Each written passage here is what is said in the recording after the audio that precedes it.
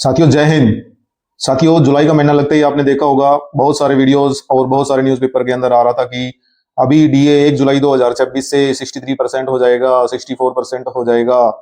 दोस्तों आपको पता है ये डीए 63 या 64% कहाँ से आता है? क्या एक राउंड फिगर में गवर्नमेंट सीधा ही अनाउंसमेंट कर देती है अपनी मर्जी से, या यह कहीं से कैलकुलेट होता है? अगर आप एक एक्स सर्विसमैन है, एक पेंशनर है, सेंट्रल गवर्नमेंट एम्प्लॉइज हैं, तो आप इस वीडियो में देखेंगे कि ये जो डिजिट आती है 63% या 64% डीए की, ये कैसे कैलकुलेट की जाती है, इसके लिए क्या फार्मूला है? जैसे ही आप स्क्रीन पे देख रहे हैं dearness allowance DA, how it is calculated. तो डियरनेस अलाउंस जो होता है, जिसे हम डीए बोलते हैं, वो कैसे कैलकुलेट किया जाता है? DA D R with effecting from 1 जुलाई 2026 63% एक्सपेक्टेड है, और ये मोस्ट एक्सपेक्टेड है। ऐसी बात नहीं है कि इसके अंदर बड़ा बदलाव होने वाला है। 64% कब होगा और कैसे हो सकता है, ये भी मैं आपको दिखाऊंगा।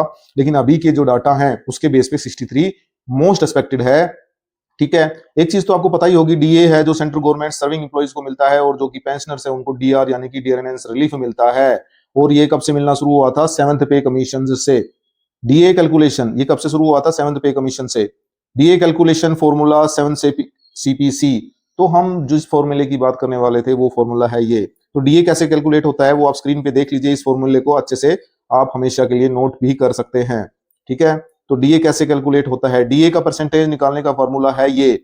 इस फॉर्मूले को आप नोट करके रख सकते हैं, याद भी रख सकते हैं। ठीक है, इसी के बेस पे हर साल में, यानी कि वैसे डीए 2 बार बढ़ता है, तो पिछले 1 साल का उसके अंदर डाटा लिया जाता है, तो आप कैलकुलेट कर सकते हैं, अपने आप भी कैलकुलेट कर सकते हैं। तो इस डीए के फॉर्मूले में देखिए डीए परसेंटेज कैसे निकाला जाता है। 12 मंथ का एवरेज ऑफ AICPIW लिया जाता है और उसको मल्टीप्लाई किया जाता है 2.88। फिर जो फिगर आता है उसको उसमें से माइनस किया जाता है 261.42, और जो चीज डिजिट यहाँ पे जो कैलकुलेशन आती है उसको डिवाइड किया जाता है 261.42 से, और जो भी यहाँ से प्राप्त होता है उसको 100 से गुना करके परसेंटेज में चेंज कर लेते हैं। तो दिस इज द फार्मूला। अब आप बोलेंगे ये सब क्या है, 2.88 और AICPIW, इन सब चीजों को भी मैं समझाने वाला हूं। देखिए आगे ध्यान से। एक चीज यहाँ पे नोट करने की बात है जो कि हमेशा हमें याद रखनी चाहिए कि after calculating the percentage the decimal part is ignored rounded down. DA के केस में क्या होता है? डीए के केस में जितना भी डेसिमल हो उसको पूरे के पूरे को हटा दिया जाता है, और जो वोल नंबर होता है उसी को लिया जाता है। फॉर एग्जाम्पल अगर अपना डीए 63.8 है तो 63 को ही लिया जाएगा। आगे पॉइंट के बाद डेसिमल के बाद कुछ भी हो उसको हटा दिया जाता है, ये नोट रखना आप। ठीक है, इसलिए अभी आप आगे चलिए। इसलिए इस मुद्दे को जो 8th जो पे कमीशन उसके अंदर उठाया गया है कि जो डेसिमल में डीए आता है उस पूरा दिया जाना चाहिए, या फिर नेक्स्ट हायर जो डिजिट है उसके अंदर कन्वर्ट किया जाना चाहिए। ठीक है, जिस तरह से रुपीज का होता है। अभी इसके हर एक पार्ट को देख लेते हैं इस फार्मूले के। देखिए 12 मंथ का एवरेज ऑफ AICPIW का मतलब क्या होता है? देखिए AICPIW होता है all India consumer price index. IW का मतलब होता है इंडस्ट्रियल वर्कर।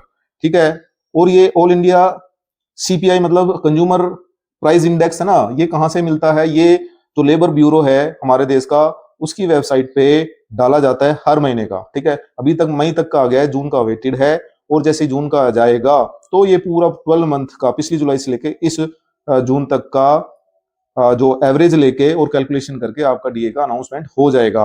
अभी मई का अनाउंस अभी रिसेंटली हुआ है, उसी के बेस पे हमने एवरेज मतलब सारे जो लोग हैं वो एवरेज निकाल के बोल रहे हैं कि 63% इस बार डीए बढ़ जाएगा। ठीक है, इसके अंदर एक प्राइस इंडेक्स के लिए बेस वैल्यू भी लेते हैं 2016 की 100 बेस वैल्यू ली जाती है।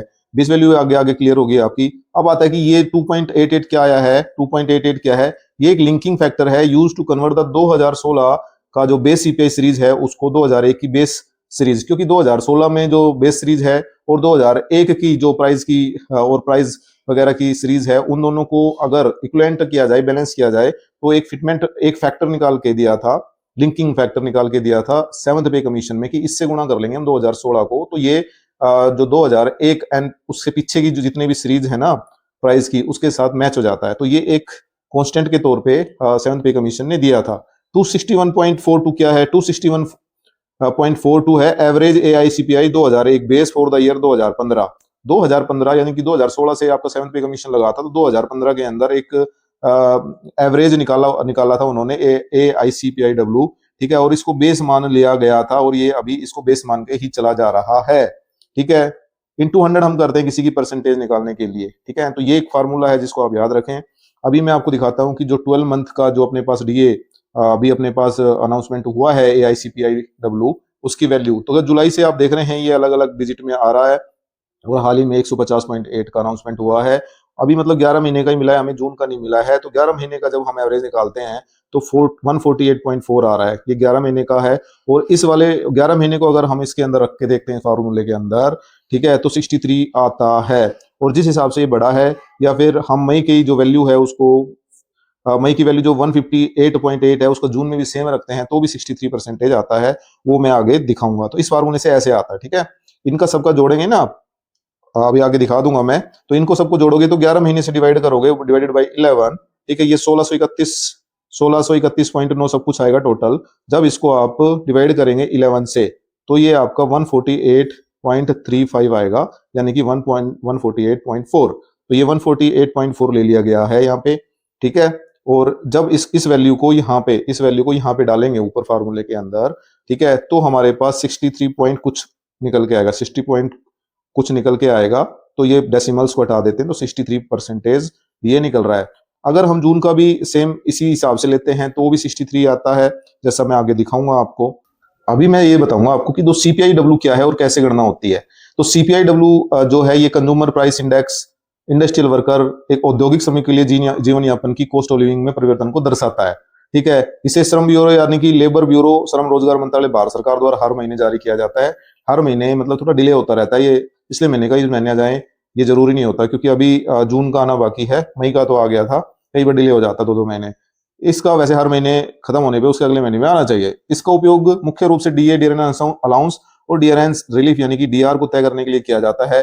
अब इसका कैलकुलेशन बताता हूं आपको। देखिए सीपीआईडब्ल्यू कैसे बनाया जाता है, चरण दर चरण, स्टेप बाय स्टेप प्रक्रिया क्या है। देखिए एक बास्केट तैयार की जाती है, सपोज उसमें औद्योगिक श्रमिक जिन जिन वस्तुओं, ठीक है, इंडस्ट्रियल वर्कर जिन जिन वस्तुओं और सेवाओं का खर्च करते हैं उनका समूह लिया जाता है। जैसे सबसे पहले भोजन और पेय पदार्थों पे खर्च करते हैं, दूसरा वस्त्र और जूतों पे, तीसरा आवास किराए का, ठीक है, किराया वगैरह, ठीक है, तीसरा है ईंधन और प्रकाश, ठीक है, लाइट वगैरह, विविध शिक्षा के ऊपर, मनोरंजन के ऊपर, परिवहन के लिए, स्वास्थ्य के लिए, ये इतना।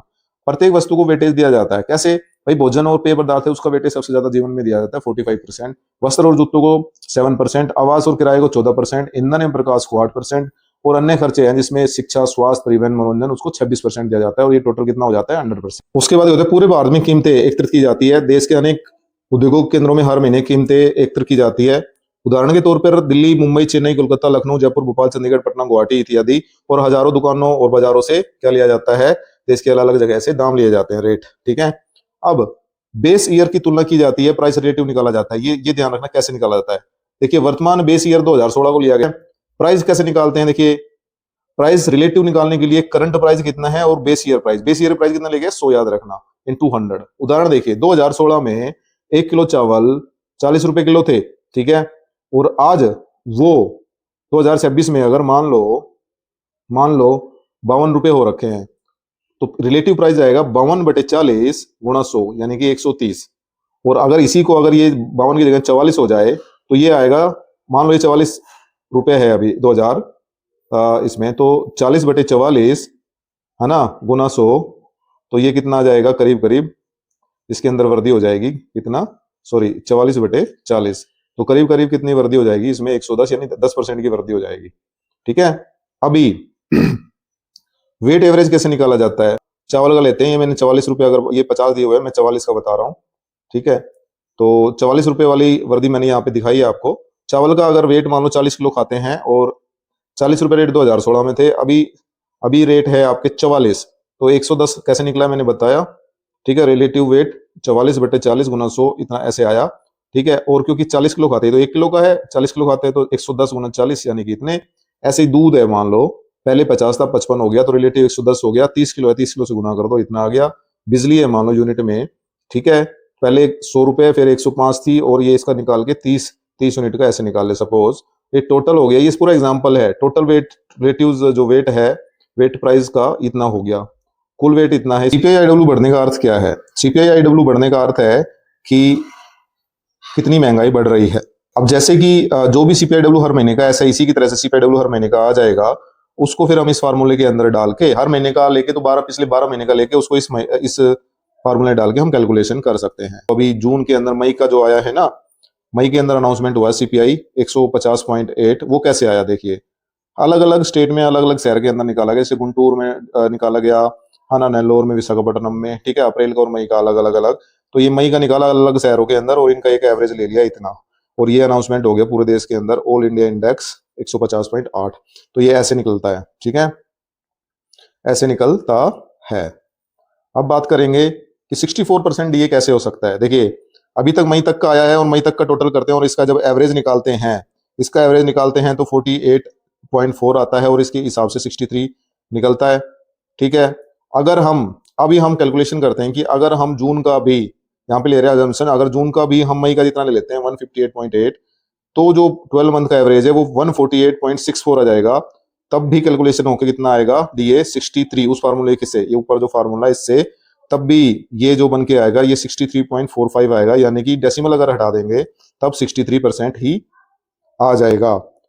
अगर हम इसको 151.5 लेते हैं तब ये 12 मंथ का एवरेज 148.70 हो जाएगा, तब भी ये डीए जो है इतना निकलेगा 63.62। एवरेज डेसिमल अगर हटा देंगे तब भी 63 रहेगा, तब भी 153 तक हमें सीपीआईडब्ल्यू अगर जून का मिलता है तो भी हमें 64% नहीं मिलेगा।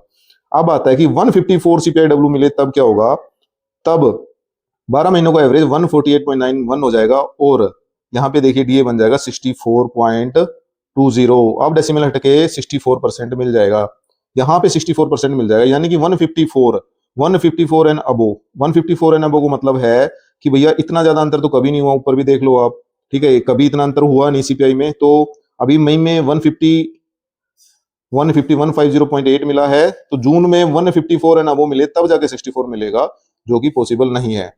तो क्या होने वाला है, 63% ही हमें मिलने वाला है। इससे इस चीज का क्लियर हो गया, ठीक है, ये क्लियर है कि 163% ही इस बार मिलने वाला है, कोई इतना बड़ा ड्रास्टिक चेंज नहीं होने वाला, इसलिए डीए 63% ही रहेगा।